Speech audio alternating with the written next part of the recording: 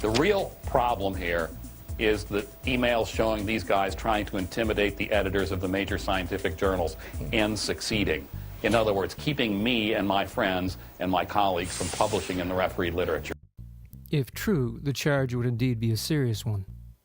The prestigious journal Nature looked at the evidence and summarized their findings in a recent editorial.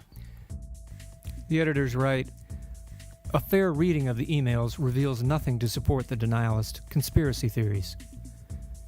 In one of the more controversial exchanges, UAE scientists sharply criticized the quality of two papers and vowed to keep at least the first paper out of the upcoming fourth assessment report of the IPCC.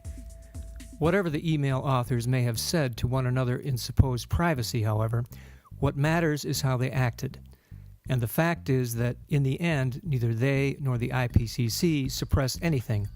When the assessment report was published in 2007, it referenced and discussed both papers. Of particular interest is the paper by Drs. Willie Soon and Sally Balunas, both of the Harvard-Smithsonian Center for Astrophysics. The pair had co-authored a paper that asserted that the 20th century warming trend was not unusual compared with other shifts over the last 1,000 years. Published in 2003, the paper came to the attention of Senator James Inhofe.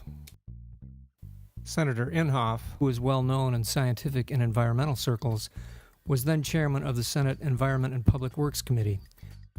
Mr. Inhofe is known for holding decidedly contrarian views on scientific matters. In 2008, the League of Conservation Voters awarded him a perfect 0 rating for his legislative record on environmental issues. In a recent memorable speech, Mr. Inhofe made it clear that he's in denial about a lot more things than just climate. I'm really proud to say that in the recorded history of our family, we've never had a divorce or any kind of a homosexual relationship.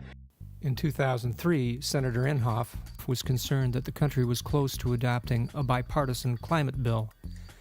Republican Senator John McCain and Democrat Joseph Lieberman had crafted a bill that was soon to get a hearing on the Senate floor. The Soon and Balunas paper seemed to come at the right time for Inhofe to make it the centerpiece of his opposition. The scientists seemed perfect allies for Inhofe.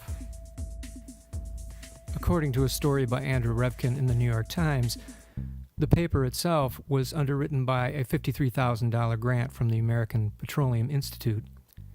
Both scientists received income from the Exxon-funded George C. Marshall Institute.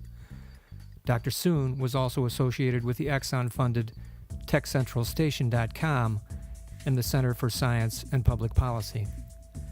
The paper had been published in an obscure journal called Climate Research, one of whose editors had expressed skepticism about human causes of climate change.